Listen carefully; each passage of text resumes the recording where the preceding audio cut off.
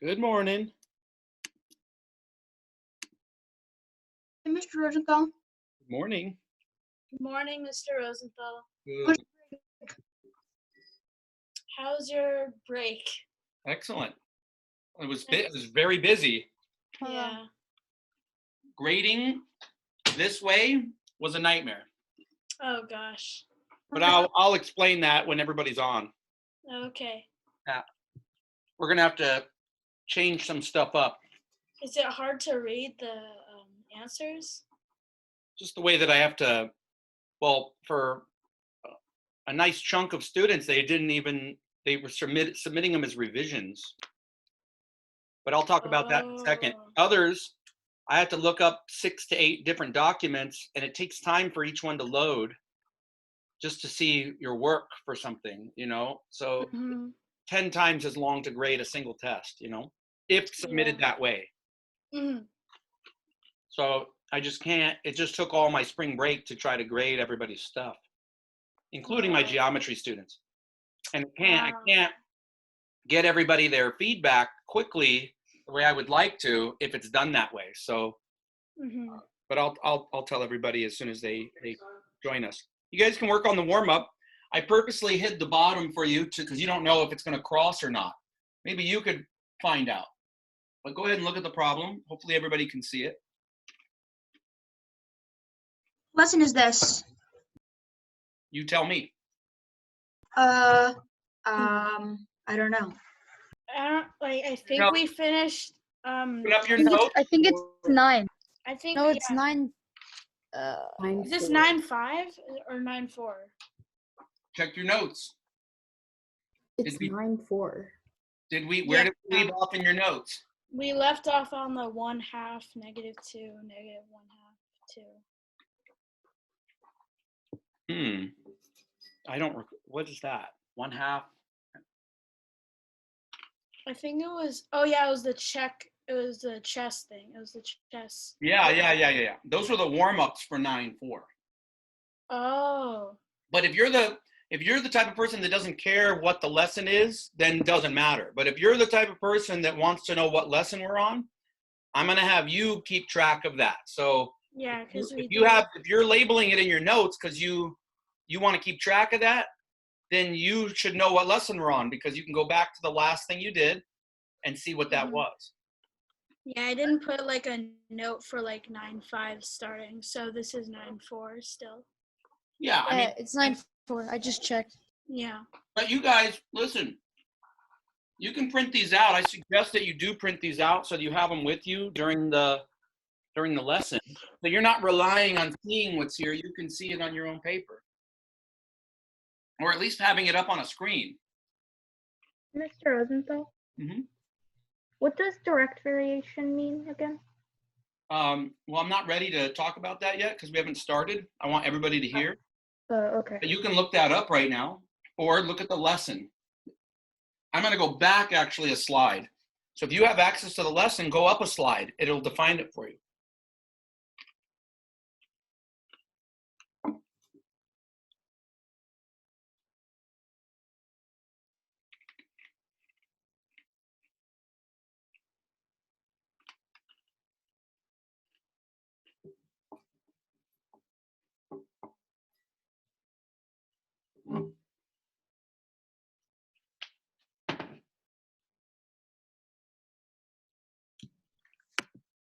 Wouldn't it be something? Wouldn't it what?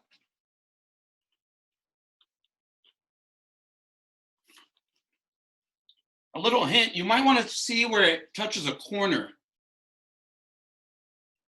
Okay? Where's another corner that it goes through? And I don't know if you could see that, but it looks like that might be another corner. That might be another corner. Okay, that might be another corner. And if you can list what those coordinates are, you might be able to start a pattern and to see if it leads back to the origin. What lesson are we on? You have to look through your notes. Or a student can answer. 9.4. I think, yeah, we're 9.4. I'm not doing that anymore because I have to answer that over and over and over again. And it's not my job to, well, it's not that. I'm trying to be efficient with things. And It's just not efficient that way. You guys have to take responsibility for knowing where we are. I Okay. just noticed that we only have 44 students right now. Well, we haven't started yet, Well, and we haven't hit 60 Mr. yet. So Rosenthal? that means we're getting close to where we're going to be. We're going to probably have another 10 or so Mr. join Rosenthal? shortly. Yes. For my chapter 8 test, I posted both sides on my phone, but you didn't get it? We'll talk about that in a second. Individual Okay. cases, I'm not going to remember off the top of my head. It could be where I do, but those things have to be discussed in messaging me back and forth for specific cases so that I can check. But I'm going to go over that when we start. Oh, it's 10 o'clock Okay. now. Okay, so we're going to begin. Before I address this, let's address me grading those tests. It was really, really tough. We're going to have to, and we'll talk about it when we do our next test, during the review and right before we actually take the test. We're going to have a way we all agree to submit it. Now, there were lots of different ways students tried to do it. Some were successful and others were not as successful. The one way you must not do it, and I had a group of people that did it this way, is you submitted them as revisions. So let's say you had 3 pages to submit. You submitted the first one. Then the second one, you resubmitted on top of that, and then you resubmitted the third one on top of that. I can only see the last one you submitted when you do that. You're thinking I can see all of them. I cannot see all of them when you do it that way. So then the next thing is that people submitted them as in the same submission, you're able to upload multiple documents. When students uploaded multiple documents, at least I could see them all, but I had to click between the different documents, and that takes time for them each to load. And in more than half the cases, they were not in order. They were out of order, and they weren't titled, so I didn't know what I was going to click on and what it was going to be. And it took me 10 times as much time to grade a test because it was all a mess that way. I also had a group of students that didn't provide an answer key. And, and so I'm trying to find their answers on, it was just a nightmare. Now, let's talk about the best case. When students did the work right on the test, that they printed it out. They printed it out, and then they did all the work on the test and took separate photos, but submitted the photos all in one document. Then I was able to scroll from page to page. I could actually scroll from page 1 to page 2, and then I could quickly see the answers in the answer key and the work right next to it, and I could grade those in under 60 seconds and move right on to the next one. Okay, so that is what I want for the next one. Now, to get from where we are now, where students don't know how to do that, we will have to have some discussion about this. So what I'll do is I'll open up the chat room, like I do, 5 to 10 minutes early. That's when we're going to have that talk. And then during the review, hopefully by the review time, everybody knows how to do it that way. You can already today, after this lesson, start asking your peers, how do I submit it so that it's all one thing that Mr. Rosenthal could just scroll through? We're not going to talk about it right now because we have to do the lesson. But you can message me, or we can just talk about it 10 minutes prior to tomorrow's lesson in this Zoom meeting. Okay, but once 10 o'clock comes, we have to move on to the lesson. Okay, somebody's saying, but I said I only got one side. But that's a specific thing about your test. Okay, so you'll have to message me, but I already answered that. If you submitted it and then submitted another one after, you can't see the original one. So Siwoo, you're saying, Siwoo, that I only got one side. If I only got one side, it's more than likely because you submitted a second time, and that is called a revision. On my end, it shows up as a revision, and it does not allow me to see what your first submission was. I cannot see it. Even if I tried, I cannot. Okay? So that being said, some of you were not able to get that to me the right way. At this point, I don't know if I can, I think I just have to leave it incomplete until I have a makeup day where I can give you a different version of it somehow. All right, so I have to work that out this week. I don't have that yet. Would you So scan it? I'm sorry. What if you scan it? Scanning would be the best. Not everybody has a scanner. However, your phones, there is a scanner app that you can get where your phone will just scan it all. And it'll say first page, scan, second page, and you just put them all on one, and it's a bunch of pictures on your phone that go under that scan, and then then you have a file, and then you can upload that file which has all the pictures on it, scanned on your phone. How do we delete the revision? It's not you don't want any revisions. You don't want to do revisions. You don't need to delete anything. What you need, what it would have had to have happened is you would have had to have submitted all in one submission, all your documents. You can't submit it a second time. Can we talk to you during office hours? Yeah, talk to me during Okay. office hours. Okay, that being said, the next time we do this, I'm going to need them all that new way where I can just scroll down, or else I'm sorry, but I can't grade them. I'm not going to do that again. It took up my entire spring break to grade my geometry students and my pre-algebra students. And it's just a lot of energy, and it's not feasible. I can't do that and prepare your course for you ahead of time. So I can't do all that. And so I'm going to need your help. You guys have to pull your own weight. It's the same thing about knowing what lesson we're on yourself. You keep track of what lesson we're on. Those efficiencies are really important. It's not just I don't want to do more work. It has nothing to do with that. It has to do with I can't do all the work in the time given and take care of all that stuff that you guys can handle yourselves. Okay, so you guys have to be more self-sufficient. All right. We're allowed to take pictures of it and then post it, right? Yeah, you take pictures and post it. Okay, that's right. You're talking about your test, right? Yeah, the test. I just took pictures of the answer key and then posted them. Yeah, but when you post it as different pictures, it's still difficult for me to get to them because I have to open them up separately. What I'm looking for is better than just that. I'm looking for them all as one document that I can scroll down to see all your pictures. Okay? Mr. Rosenthal, Yes. for this problem,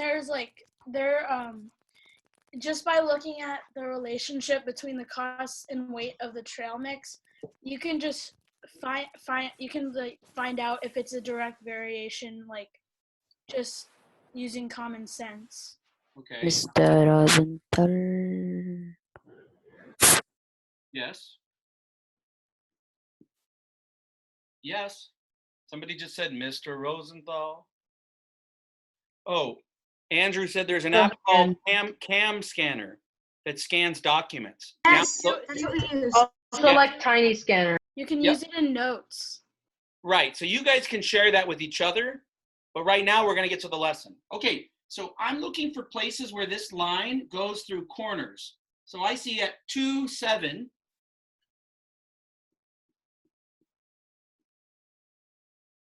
There's a point.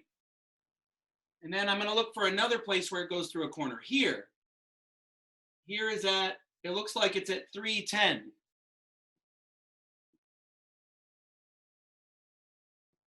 And then again, let's see, another corner that I see it go through is at, okay, so that didn't work out as well because that went up 3 over 1. Up 3 over 1 did not get me into a corner. So that something must be, see, that's why looking at a graph, it's hard, it has to go exactly through the corner and it's hard to see if it does or not. Mm-hmm. Okay, so maybe it didn't go through exactly the corner there, but let's get several points. And instead of doing it this way, let's actually put what we think where it's going. So here's an XY table. Okay, so I thought 2, 7, 3, 10. Let's look at another one where we think it goes through a corner. This one would be 1, 2, 3, 4, 14. Okay, 1, 2, 3, 4, 5, 17. Okay, 6. Oh, okay, so 1, 2, 3, 4, 5, 6. Looks like it goes through 21. So there's little jumps here that don't look quite right. This one goes up by 3. All of these are going up by 1. So you can, now what you guys are seeing, it's challenging to find out what the pattern is by just looking at a graph, because you can't tell if it's actually going right through that point or not. So it won't go through the origin. What would be helpful is what? What would be helpful for this graph is if they actually told you what at least two of the points we know, right? Yes, because Because you look can at find it. the slope between that. That went up by 4. That went up by 3. That went up by 4. Okay. All right. It looks like it goes up by 7 though, for every what? Jump of 2. So it looks like maybe the slope is 7 over 2. Because then if you go up 7 again here, this goes up by 2. So maybe the slope is 7 over 2. Could you put it at 6.5? Or whatever that is. 6.5 over 2? Or I mean, no. The slope Whatever. is what is That's 7 over 3.5. Yeah. Just put it 3.5. Yeah, 3.5. That you could do it that way. That's Okay. that's up 3.5 over 1. All right. So if you go up from here, up 1, 2, 3.5 over 1. That looks accurate. Okay, so up 1/2 and then 1, 2, 3.5 over 1. Yeah, that looks right. Okay, that looks right. So it looks like the slope, but this problem was not designed for you to do it that way. I just made it more difficult for you to look at it and think about it. What do I need to find these things out? What's not there that would be helpful if I had? But it's actually designed for you to actually see. So let me click on this. Look, see this? It goes through the origin. All right, so then you don't even need any of that. It's a straight line that goes through the origin, so it's proportional, which means it represents direct variation. Weird about that is I haven't defined that for you yet. So here we go. It's basically. So there, what are you noticing is direct variation is the same thing as showing graphically or with linear equations proportionality. Yeah. Lines of proportionality. Grab some water. What was that? Charlie just. Oh, somebody said, "Can I have some water?" You got to mute yourself. Yeah, that was Sorry. By Charlie. the way, just in case you didn't know, you all could just mute yourself, and whenever you want to talk, hold the space bar like a PA system. It's temporarily unmuted. Yeah, and then you let it go, and then so you're always in mute unless you press the space bar. That's probably a good way to do it. If you're in the browser, you can't do that. Oh, really? Okay. Yeah. Thank you. Okay, so when the ratio of two variable quantities is constant, all right, so, you know, these would have been this one, and this one. 7 over 2, 14 over 4 is 7 over 2, 21 over 6 is also 7 over 2. So if all of these, when you make a fraction out of them, are 7 over 2, that's what they're saying, then their relationship is a direct variation. So basically, this is another way to say that line is showing proportionality. So we're getting into something called direct variation, which is the same as something we already know all about, which means you can relax a little bit, okay? So since 0, 0 is a solution, that's the origin, it's on the line, the graph of a direct variation always passes through the origin and represents a proportional linear relationship. Notice, what is this missing? Y equals mx, and it stops. What is it missing? The y-intercept. Which is There called... is no 0. Yeah, but what is it? The origin. B. Yeah, and what letter what variable? Oh, B. B. Yeah, the B, right. It's missing, this equation is missing the B, meaning that it goes from the origin. B is 0, right? B is 0. All right, so M, the slope, is called the constant of variation. All right, that's not news. All right, we already know that. The constant of, or another name, constant of proportionality. You know, in sociology, they say that when you go and visit a new culture or a new society, you can, one hint on the importance of things and what that society values, what's valuable to that society. One clue is when they have a lot of names for the same thing. When you have a lot of names for the same thing, it tells you something. Typically, not always, it's not like a mathematical rule, but in sociology, it's a kind of a rule of thumb that if you have a lot of names for something in a culture, that thing is more valuable to that culture, to that society. Okay, so let's apply that to the culture of mathematics. Look at all the names we have for the same thing. Constant of variation, constant Oh. of proportionality. Slope. What is that all suggesting? It's suggesting that all of this, the slope is really, really important, folks. It's something that you have to really spend extra time. Don't let me as the teacher off the hook. Make sure that you leave really understanding what that all means and all the connections that we make with it. Okay? All right, so M is the slope. Let's see, did we miss anything above this? No, it's just what this is about, direct variation. Okay, a direct variation is a relationship in which the ratio of y to x is constant. Remember, when ratios are equal and they never change, that's what a proportion is. Okay, and the way we say it is that if y is proportional to x, then we will say that y varies directly with x. That's the new language we're going to use for this section. We're going to say y varies directly with x or as x. Okay? Y varies directly as x. So it's y. It doesn't mean that y is always equal to x, but it means that some scale factor can be multiplied to x to give you y.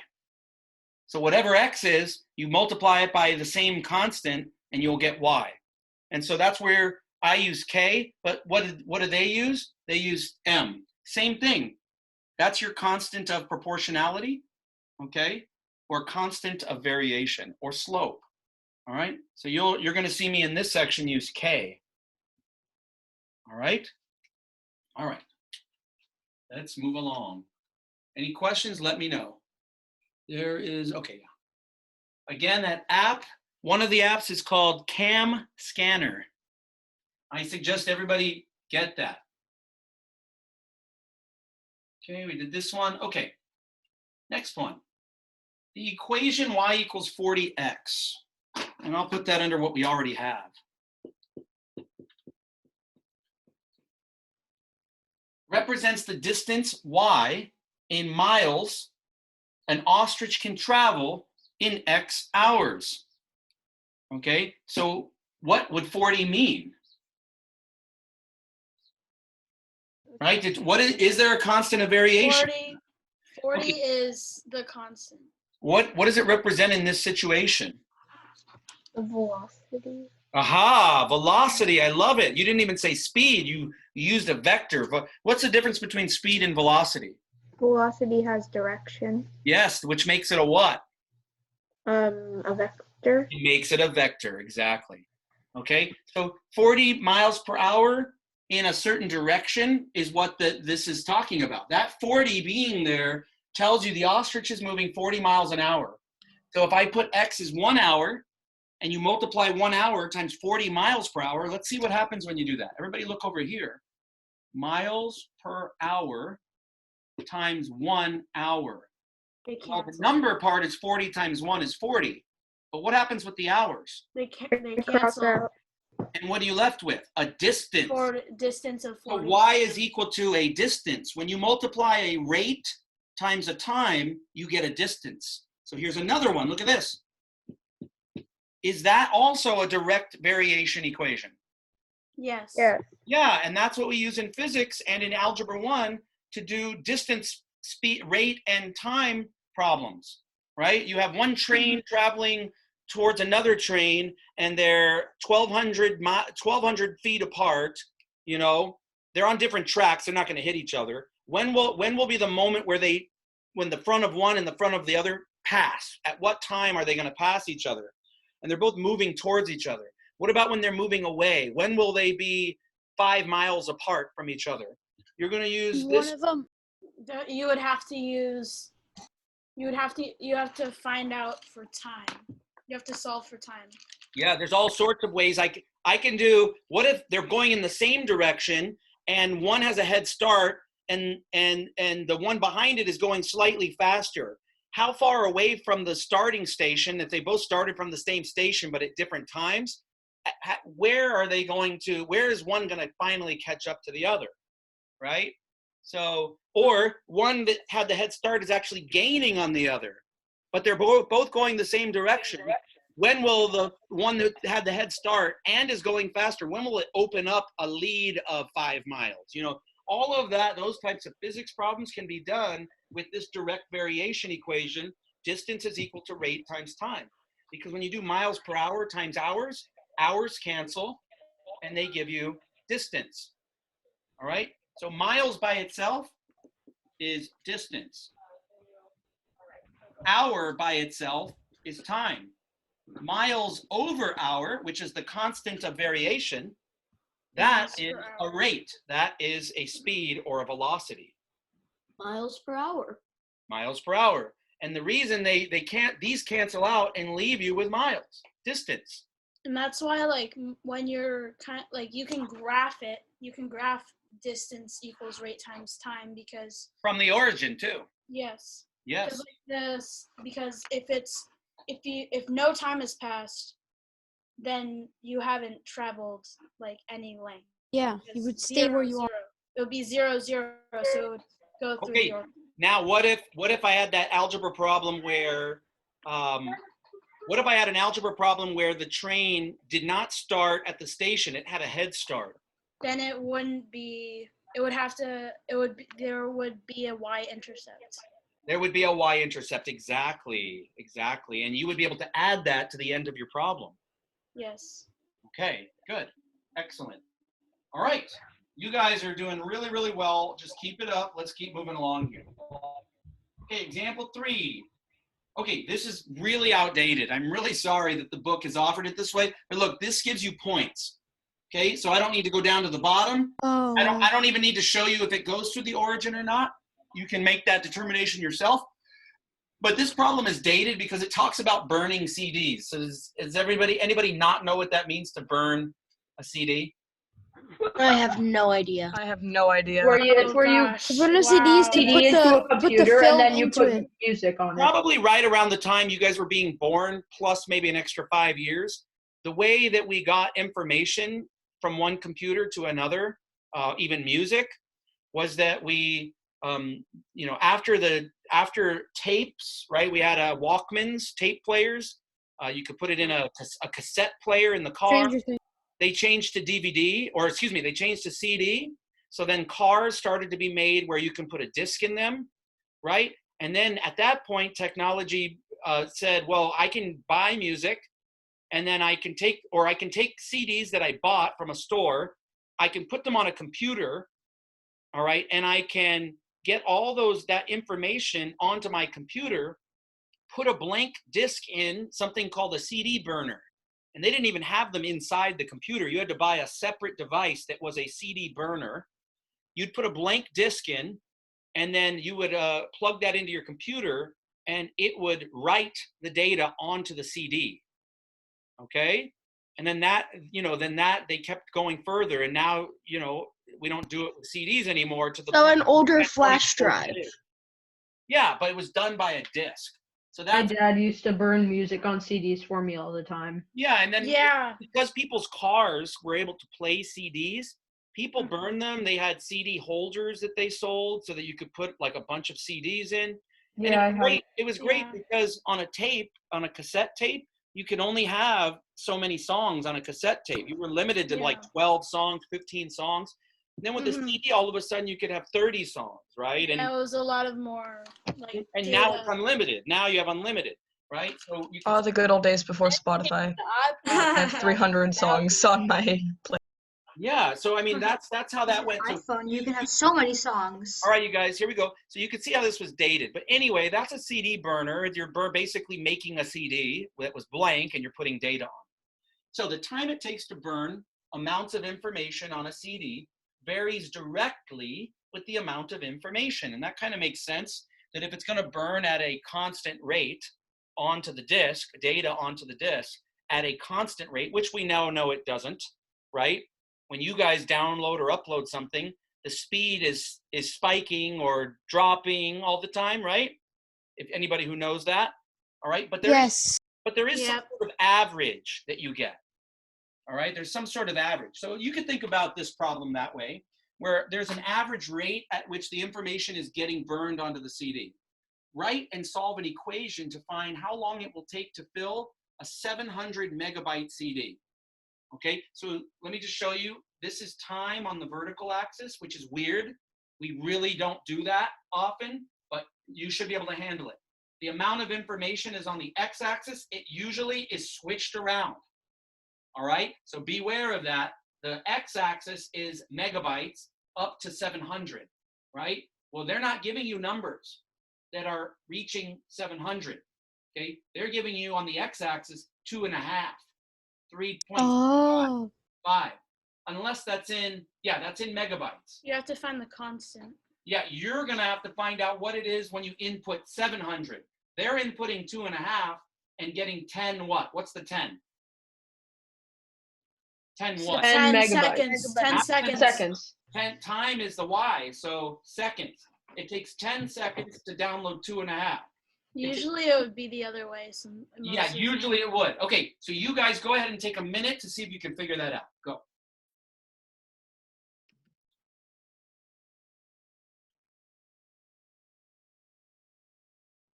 Could you write the ordered pairs down on the board? Because I can't see them. Oh, Yeah, same. really? Thank you. Instead, Also, why? temporarily blow this up to 250. How about now? I blew them up to 250. Can you see them now? The last one, 522. 520. Let me blow it up more. I'll blow it up to 275. How's that? Can you see that now? Not really that much. Kind of. When I go and there's glare, if I go up to it, it makes it glare. But yeah, you should be able to see it. 2.5, It's 10. glare. 2.5. Now. Now that I've moved away, the glare should be gone. 2.5, 10. Yeah. 3.75, 15. 520. Thank you. It always adds 1.25 on the left one. On the x, along the x-axis. On the X, sorry. Can I put my answer And in the always- answer in the chat? Okay. Yeah, that would be great. I don't know what the answer is yet because I haven't done it. Mr. Rosenthal, does it say how much time it takes to download 7 megabytes onto a CD? 700 meg. Yeah, how much time is it going to take to download 700? What is it to fill it up? Is that what we're finding out, or do How we long get? will it take to fill a 700 megabytes? Oh. So Okay. yeah, you need to reach 700 megabytes. Okay. It's been 2 minutes. It sounds like some of you are still working on it. I'm going to kind of start. I'll throw some things out. So what I want to do is maybe make an XY table is one way to do it. There's lots of ways to do it. Okay. One method is 2.5, 10, 3.75, 15. And I don't need to go further. I can just delta Y plus 5. Delta X is 1.25. And I can put the delta Y over delta X is 5 over 1.25. Okay, what is delta Y over delta X? It's the Slope. Slope. Slope, what else? Another name for it? Constant. Constant of what? Variation. Constant of variation or Constant of proportionality. Got it. That's all the same here in this case because it's starting from the origin, right? You with 0 time, you've burned 0 megabytes. Okay, how do I simplify this? You guys learned in last semester how to simplify complex fractions. Well, both of them are divisible by 5. So That's one way you could do it.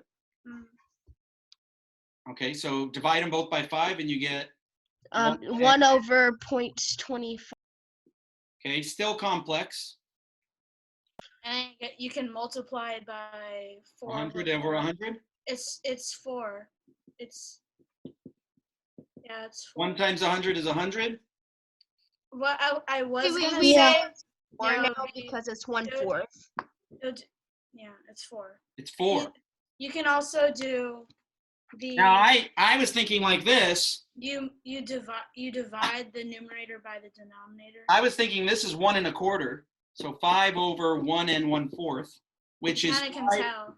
that's 5 over 4, right? 5 divided they by cancel. 5 divided by is 5 multiplied by 4/5, and you get 4. Mm-hmm. That's another way. Yep. Okay, so anyway, the constant of variation, K or M, in this case is 4. What does that mean? If that 4 is this, delta y over delta x, y is time here. That's the time is changing. It means that every 4 seconds there'd be one megabyte of data. 4, yep, exactly. Megabyte is MB, is it? Capital M, Yeah. capital B? Yeah. Capital Right? capital M, capital B. So 4 seconds per megabyte. Okay, no problem. Then if I want to know what it is, okay, so then I can make my equation. All right, so my equation is y is equal to 4x, right? X is going to be the amount of megabytes. Y is going to be the amount of seconds. So now I can go ahead and plug in 700. Y is equal to? 2,800, 2,800, yeah. Yep. And what is Y? You look at the Y-axis, it's time. That's in seconds. All right? So it's going to take 2,800 seconds. Is that how we would express that to somebody, like a friend? No. How would we actually practically say that? To minutes. 46.6 repeating. All right, so if you divide by, what would I divide by to get to minutes? 60. Divide by 60, and you would get minutes. So you would lose so if I take this and I divide this by 60 to get minutes, zeros will come up. I'll take a 2 out. I'll get 140 over 3. And then that gives me what? 46.6 repeating. Is it? I think you're Yeah. right. Yep. I did it on paper and then I checked it with the calculator. I'm pretty sure. What's that as a fraction? 46, and what is 0.6? 6 over 9. Which is what? 1/3. No. 2/3, my bad. 2/3. 46 and 2/3, or 46.6 repeating what? Minutes.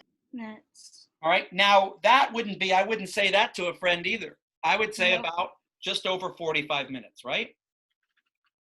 It's going to take just over 45 minutes is how I would probably end up saying. Or would you say just just about over 46 minutes? You could, but then you're being more exact. And, as a friend, I wouldn't be trying to be that accurate. If they're saying how long it's going to take me, what can I do in the meantime? Or maybe I'm going somewhere in my car and I want to listen to this music and I'm going to wait for it to download and I want to tell somebody when I'm going to get to my friend's house or something. Yeah. Then I would say, well, I'm not going to say it's going to take 46 minutes. I'm going to say I'm going to need about 45 minutes to get my CD burned and then I'm going to go, Yeah, 45 is more like convenient. Yeah. So now we've made the problem practical. Okay? So I mean that's basically how you would do a direct variation given, a graph with what was helpful is that we had points that were given to us. Okay? That was helpful when you know what the points are. Another way I could have done it is because it is proportional, I don't necessarily need change in y over change in x. Any y over x, guess what it's going to give me? What's 10 divided by 2.5? 4. What's 20 divided by 5? 4. They're all going to give you 4 because it's proportional. Yes. Remember that? Any y over x is going to be constant. Yeah, it's constant. So that's another way I could have done it. It's just y over x. Yeah, and here's the algebra way of doing it. Here's the algebra way of doing it. y2, find the slope by y2 minus y1 over x2 minus x1. We did that already, right? Okay. I do that. We found that, right? We said the change is 15 minus 10 is 5, and this is 1.25, right? So you would do that the same. We then simplified that to 4, right? Okay. then what you can do is you can say y is equal to mx plus b. If you didn't know that it went through the origin, which it does. Once you know it goes through the origin, well, what you might do is take the 520, that point 520, plug in that x of 5. Y is 20, plug in 20. The slope you found is 4. And then the x was 5 to solve for b, right? If you didn't know it went through the origin, you would get 20 is equal to 20 plus b.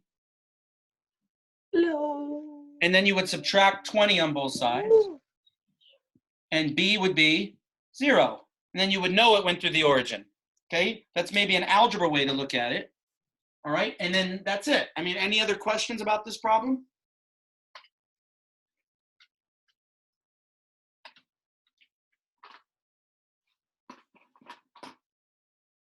Anybody? Okie dokie. Nah, bro. Let's get off first hours. The what? Okay, moving on. I'm gonna definitely have to shrink this down. Let's see, so now let's take this down to 200. That's better. Okay, example 4, the equation. Now they're giving you an equation already.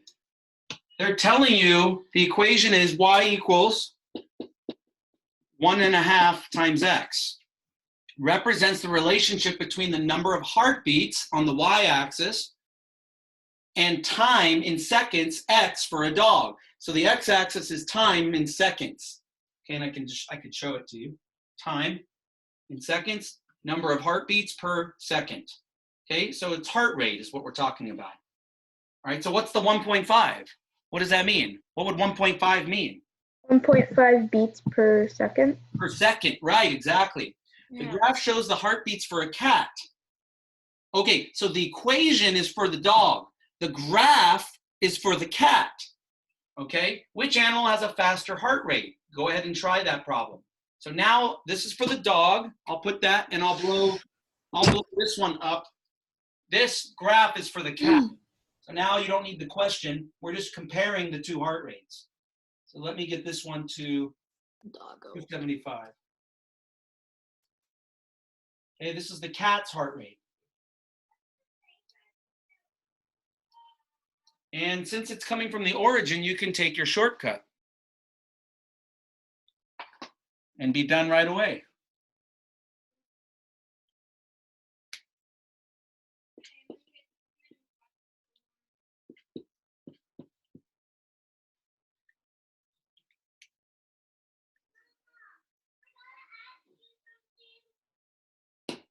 What's this, guys?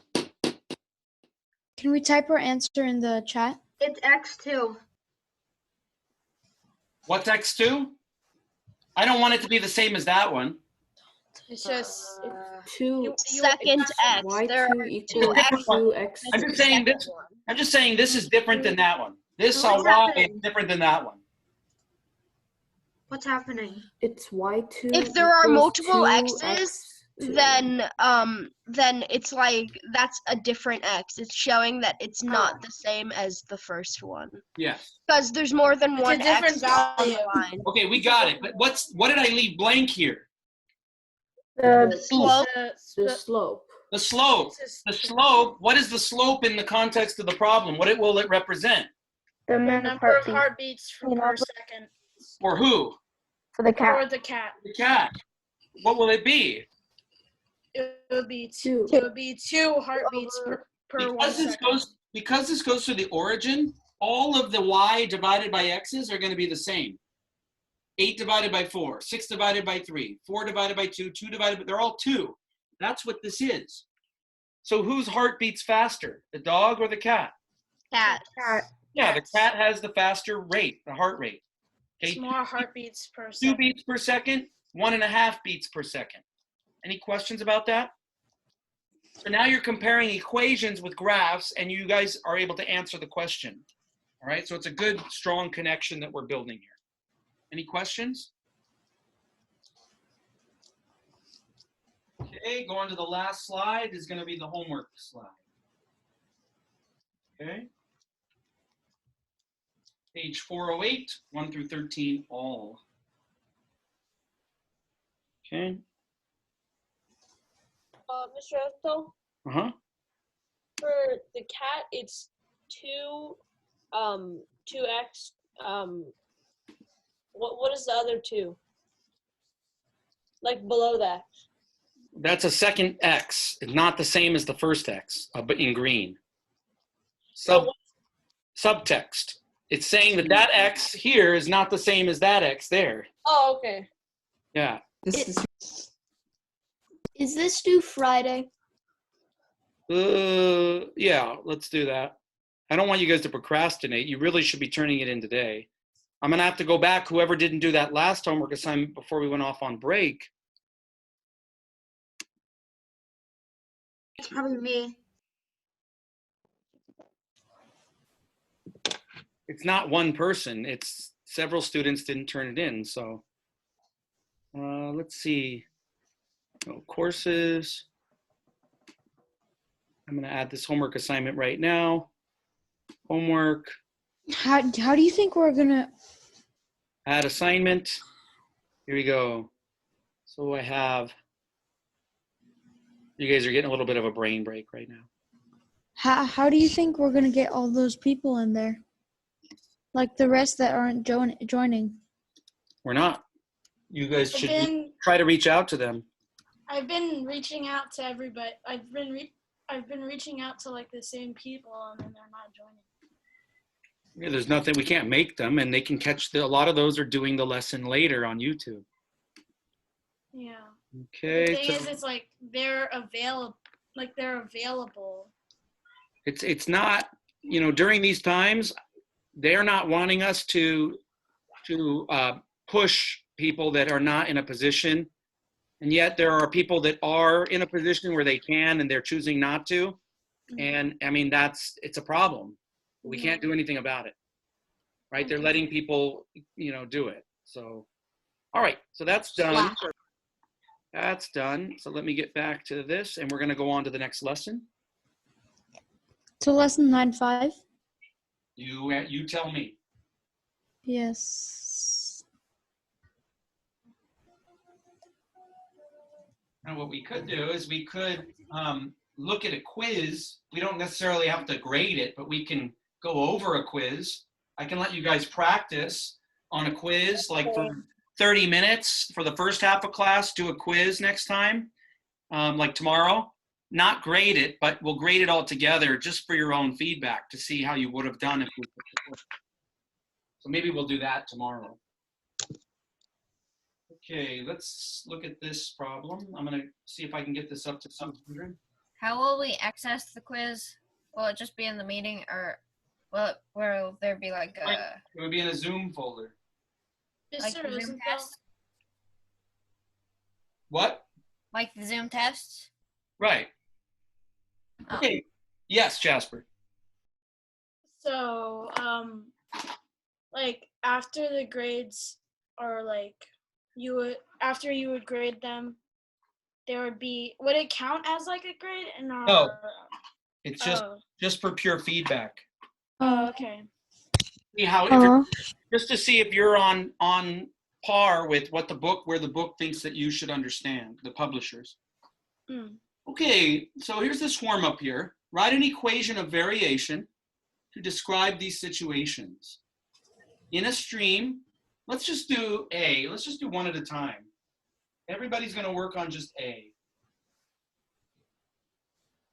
In a stream, the amount of salt, S, carried varies directly. Oh, you guys studied that this year. Deposits that a stream leaves, right? Yeah. And river loads, right? The load that a river can carry depends on the volume and the speed of the river, right? Yeah. Yeah.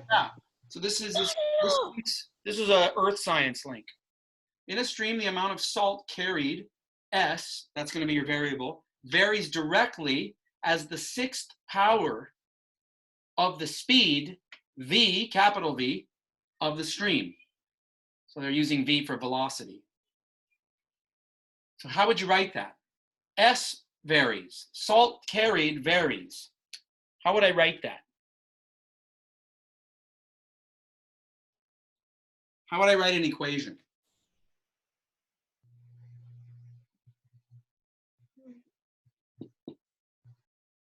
it's like salt depends on.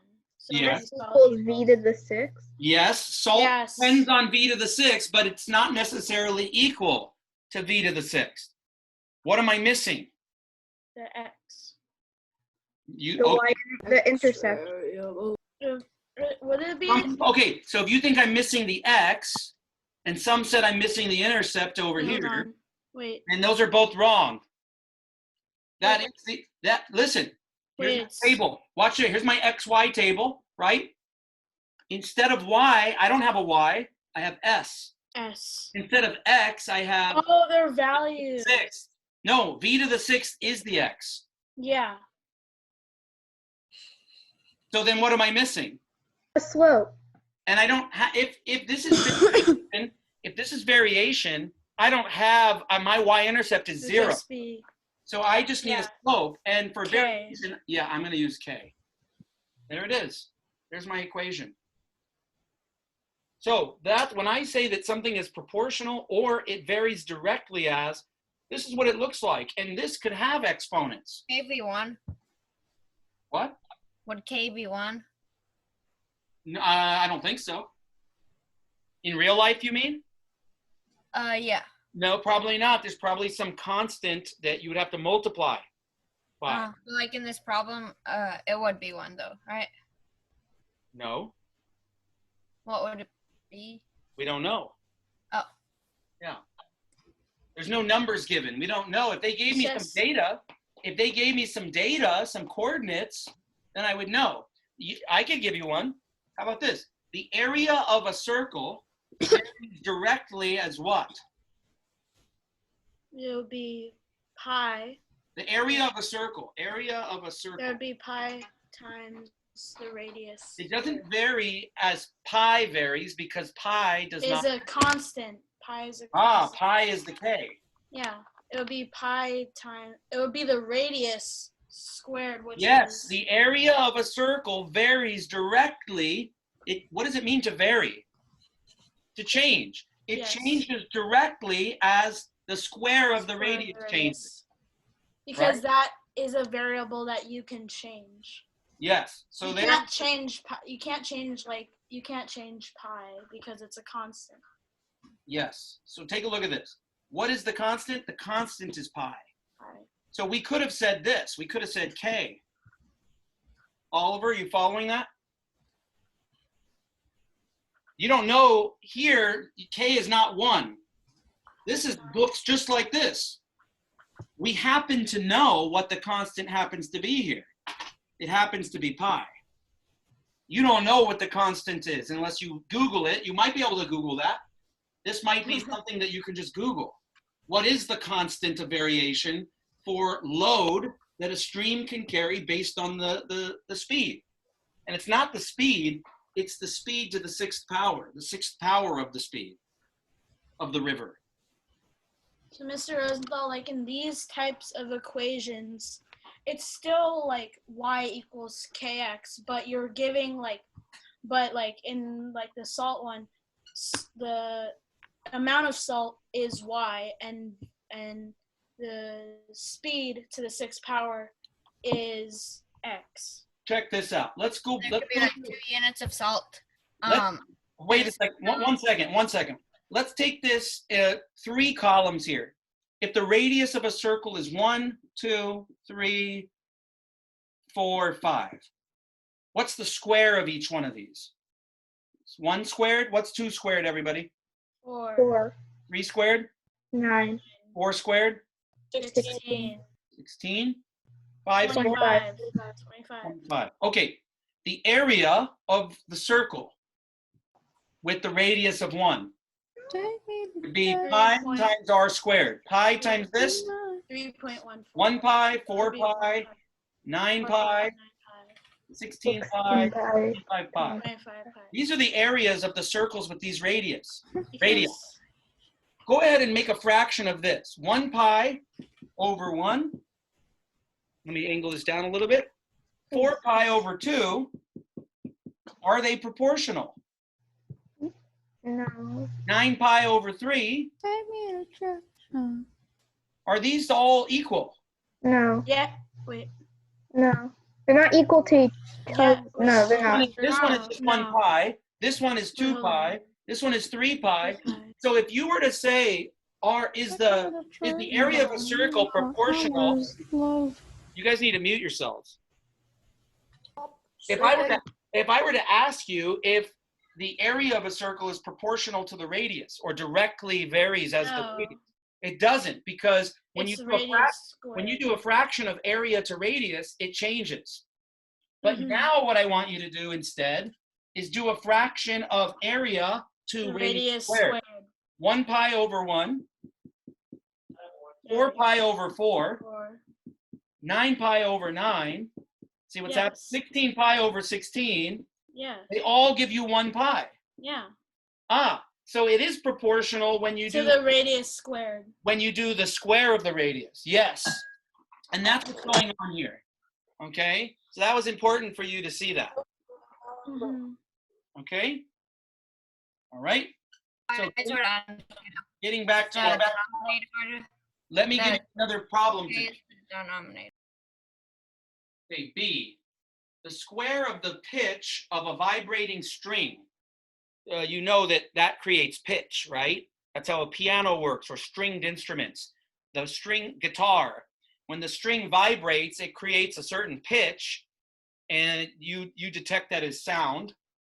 And when you put certain pitches in combinations, you can study this in musicology. You're going to get a song, right? But this is mathematical. You can measure all these things. So the square of the pitch of a vibrating string varies. It should say varies directly at the tension on the string. So how tight you pull the string. So the tighter you pull the string, so on a guitar, it's when you twist the knob on the guitar. Like tuning it. You're tightening the string. You're putting more tension on the string, and what that does is that is going to relate to the pitch you're going to get out of it. Go ahead and write the equation for that with a K. The square of the pitch of a vibrating string varies. It's kind of like laying out the problem for you. They are laying it out for you. Yeah. It's like the order of the way it's written and like the words used. Yeah. It kind of gives you like the equation. Yeah. The square of the pitch varies directly. Yes. As the tension on the string. Yeah. There it is. I have a question. Uh-huh. I was wondering when the quiz was. I didn't quite catch it. There is a quiz tomorrow that's not worth a grade. It's just for practice, a practice quiz. Yep. Okay. When is it? Tomorrow, take the whole class. Tomorrow. Is it supposed to? What? Will the quiz take the entirety of the class? 30 minutes to do it, 30 minutes to go over it. Oh, so if we do Hey, can it count? come tomorrow and find out. It's not worth a grade, so it's not like you need to study for it. We just want to see what you know tomorrow. So don't worry about it. Just show up tomorrow and we'll do it. Okay, next. How long will it be? Write this equation. The surface area of a sphere varies directly as the square of the radius. Now we're talking about a sphere, not a circle. You don't have to put the dot in between the K and T, right? No, but you can, and I did it for a reason, just to make sure you know I'm multiplying those two. Okay.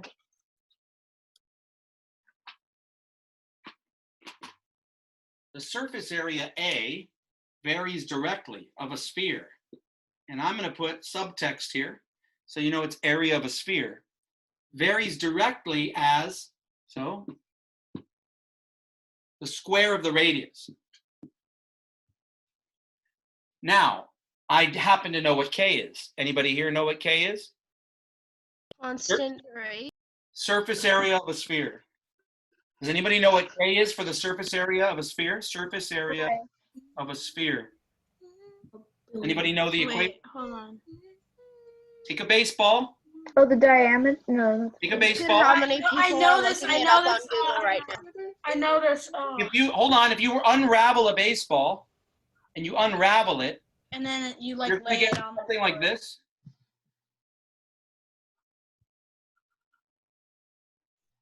Like that. Yeah. It comes out to 4. it comes out to exactly 4 circles. Each circle the same as pi r squared for each one. So if you have pi r squared 4 times to cover the baseball, it's 4 pi r squared. So what's k? 4 4. It'd be 4 pi. 4 pi. Because r squared is already there. Yep. It's 4 pi. Radius is always on The surface area of a sphere. What about this one? Volume of a sphere. Can I look that up on Google? Do whatever you want. The volume of a sphere varies directly as the cube of the radius. 3 pi r squared.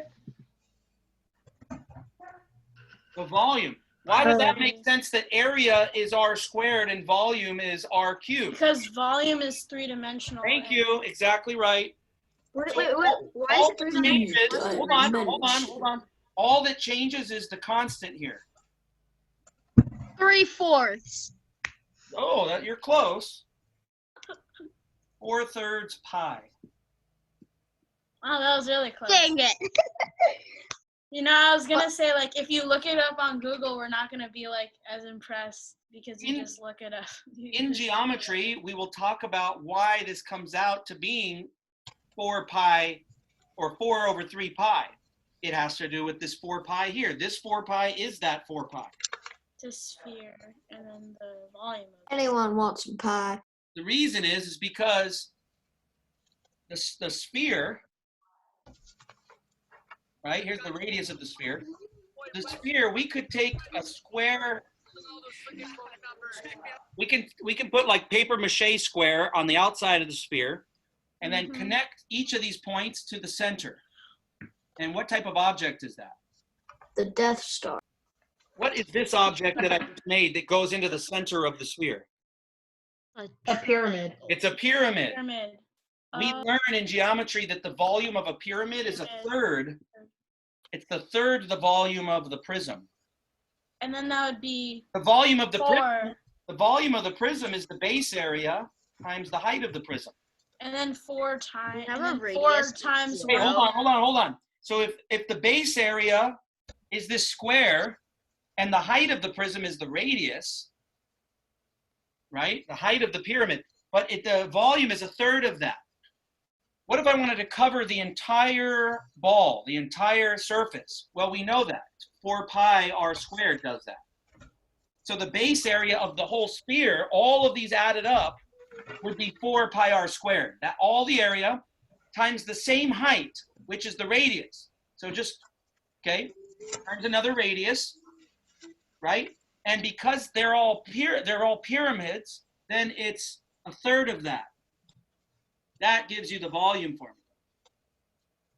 Anyway, that's above our pay grade right now. That's a geometry lesson from the geometry class. You don't need to know that right now. All right. That being said, that's a good enough ending. I'm going to dismiss everybody now. We're going to go to office hours. Thank you. So have a great day. Tomorrow we'll have a little practice quiz for you guys. Mr. Rosenthal. Yes. Thank you. You're welcome. So, Mr. Bye. Rosenthal. Bye, Miss Rosenthal. Bye. So we should find the quiz in the Zoom test. Mr. Rosenthal.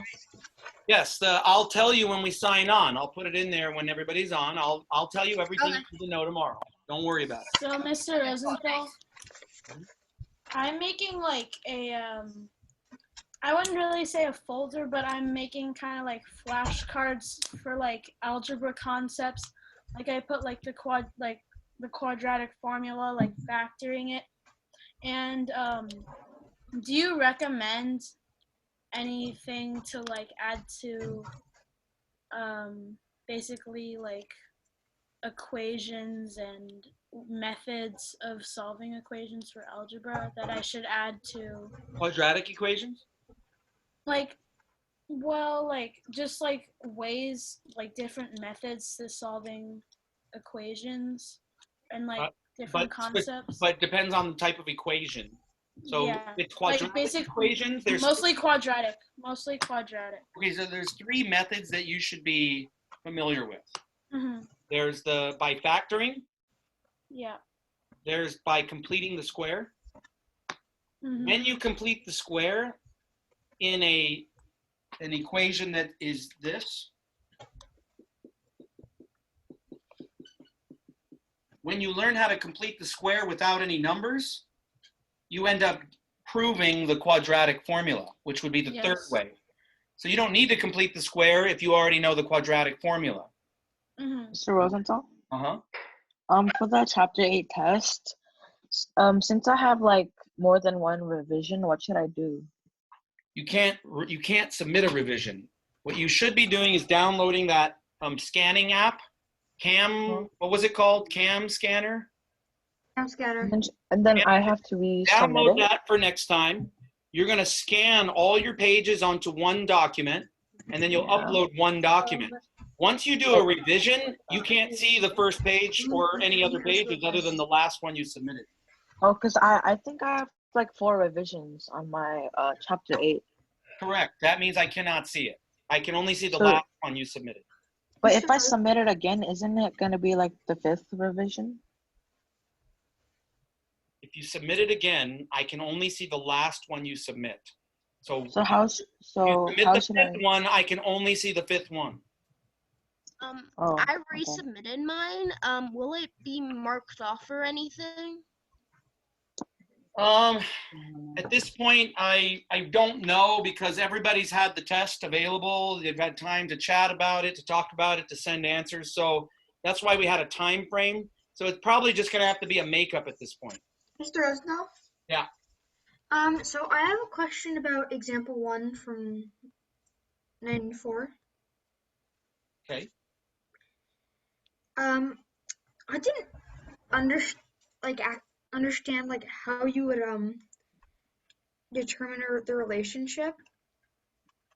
I'm going to bring that up right now. I didn't even really understand it like in any way. It's just the constant. It's just the slope. Okay, now I have it on the screen. I'll make it bigger. The relationship is the slope.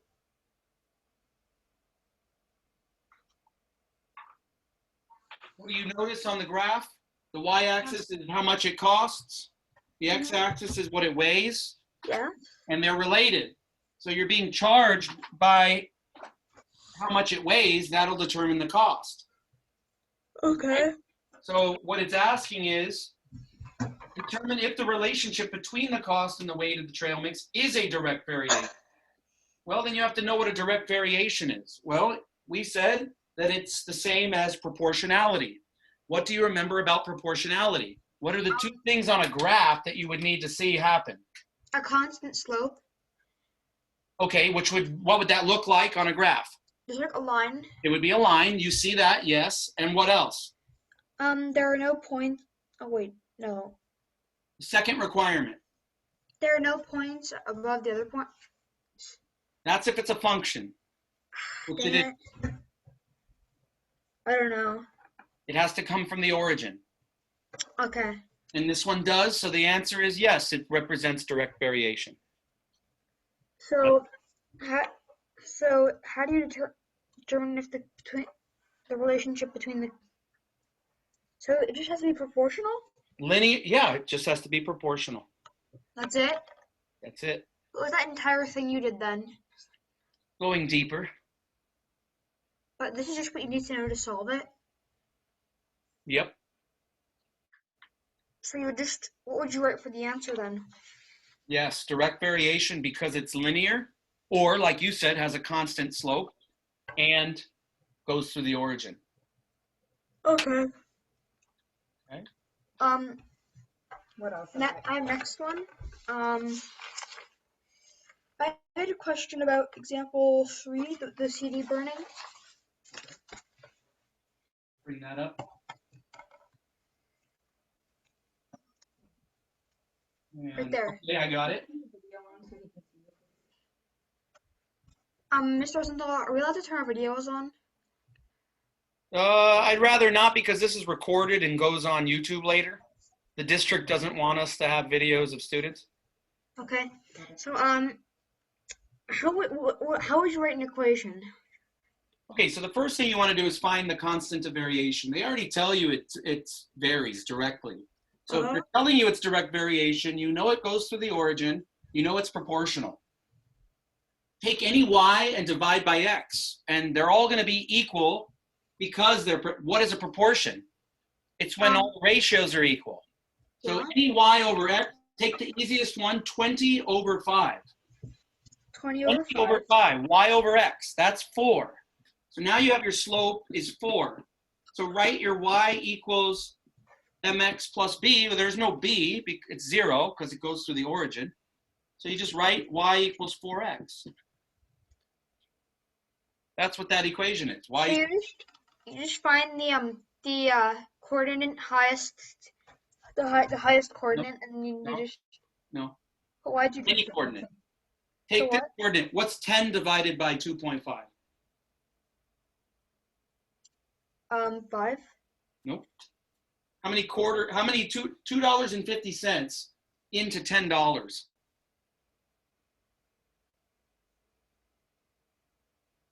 How many $2.50 go in? How many times does that go into $10? 5 times. Nope. Try again. What's $2.50 times 2? Oh, that's 5. So it's now 4. 4. Same answer, right? So I didn't have to take the top one. It's the same for each of them because it's proportional. Yes, that's right. Mr. Rosenthal, Uh-huh. I'm looking for the green algebra book online, and I wanted to know who's the author because I looked up Ron Larson, who's It's not Larson. Yeah, I just want to know the author. Give me 1 second. Let me go run and grab that book. Hold on one second. Okay. Oh my God, we've seen his house. This is crazy. Really? I thought teachers lived at school. Oh my gosh.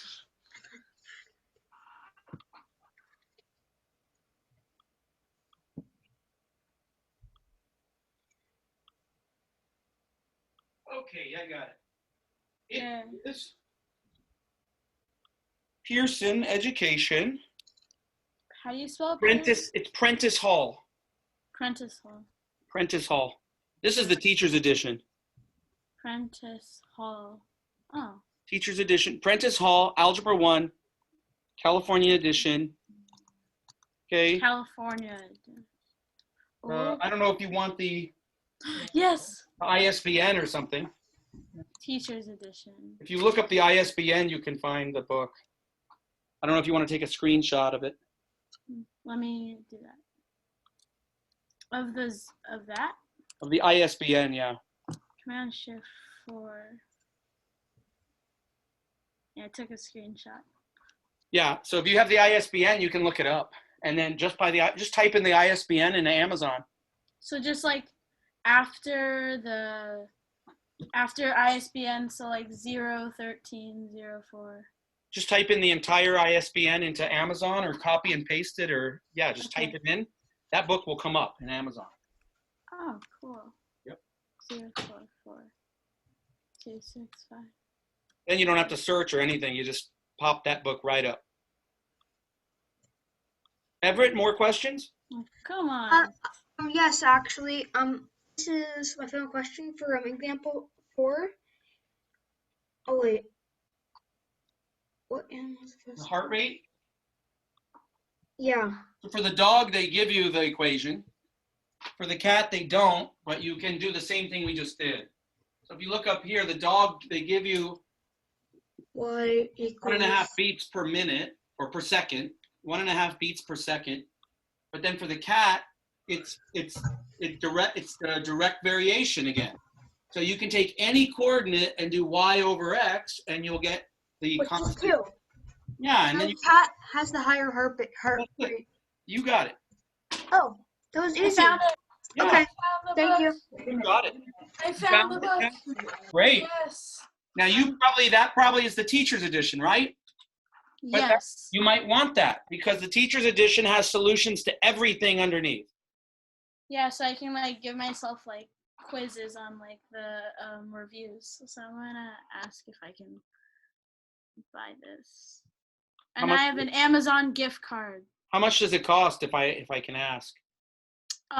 If it's used, hold on, I'm trying to. I think it's 1670. Is it in good condition? It's used, but it's in good condition. It's like 5 stars, 8 ratings. Okay. Yeah, that sounds like a good buy to me. Yeah. That's my favorite math book of all the math books I've ever taught out of. It's the best book. It really solid algebra foundation. Cool. Mr. Rosenthal, I'm gonna copy this link. I have a question about the extension ladder one that we did quite a while ago. Huh? It We says had the ground. We had a building, right? You had an extension ladder, right? yeah. Okay.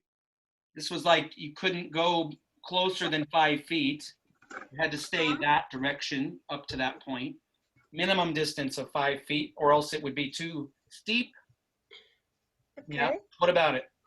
So I was just wondering. It says, what is the greatest slope possible if the ladder can extend to safely reach a height of 12 feet, of 18 feet, of 20 feet? Okay. Well, if this height is 12, if you're trying to reach 12, okay, and the closest the bottom could get is 5, all right, and you want the steepest slope, right? Then by me pulling the point further than 5 feet from the wall, right, the slope is going to get flatter, not steeper. Yes. The steepest slope is to bring this in as close to the wall as I can, which would be 5. Okay, so my delta y, my vertical change is 12. My horizontal change would be 5. Slope would be 12 fifths. That's 1.2.4. 2.4. Okay. And if you change the height here, then you just change the numerator. Leave the denominator the same. So you can just apply that for each one of them? Yeah. Okay. What about part B? Wait, there's another part. Once when the ladder reached to 20 feet with the base 5 feet from the wall, it slid down away from the wall until it was flat on the ground. What slope values did the ladder have during its slide? Okay, well, let's do it. When this was at 20 feet, what was the slope? 4. 20 over 5 is 4. That's the steepest. As I move this out this way, this point, because the ladder is going to fall down, you're going to see this drop like that. And then it's going to slide more down the wall, and then it's going to drop out to there. And this is the ladder falling, and then it's going to be like that. And then finally, what will be the final resting place of the ladder? It's vertical. Flat. What's that slope there when it's flat? With the ground. What is that slope? It's 0, 0. 0, yeah, it's 0, not 0 over 0. 0, 1. It's just 0. Oh, okay. So you're going to drop from the steepest from 4 down to 0. So all the slopes are going to be every slope in between 4 down all the way to 0. Those are the Can you remind Everett why the slope is 0, please? flat line. Okay, so positive slopes do this. Negative slopes do this. What's right in between this and this? Perfectly flat, right? So that's the 0? 0 is a perfectly flat line. Perfectly flat is a slope of 0. As soon as you tilt it upward, you're increasing now. It's a positive. Just like on a number line, what's in between the positives and the negatives? It's the 0. Yeah. So is it possible to make a ladder go negatively? If there's a ledge here and the ladder is able to tip downward like that, but in this case, it cannot. Okay. Okay. Another way to look at it is the ladder has a length to it, right?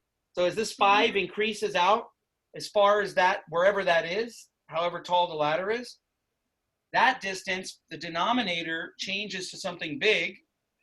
Okay, let's say it changes to I don't know, 15. Okay?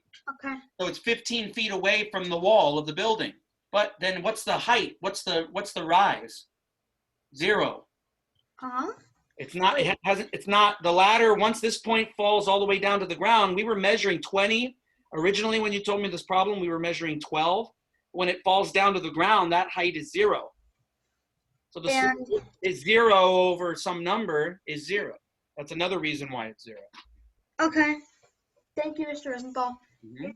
Homework that's posted online, Mr. Rosenthal? I'm sorry? There is. I didn't hear. I'm sorry, I didn't hear that. She just asked if there was homework posted online, and I said yes. And I just put the new homework assignment in Schoology. So if you just look at the assignments in there, it's up there now. Great. Okay. Thank you, Mr. Rosenthal. You betcha. Go and Thanks, Mr. Rosenthal. See you tomorrow. You got it. See you tomorrow. All right. Bye. Anybody else have any questions for me? Ariana? To find slope, it's delta y over delta x. Correct. Right? That's correct. Okay. You got it. Anybody else? Anna? Galileo? Any questions?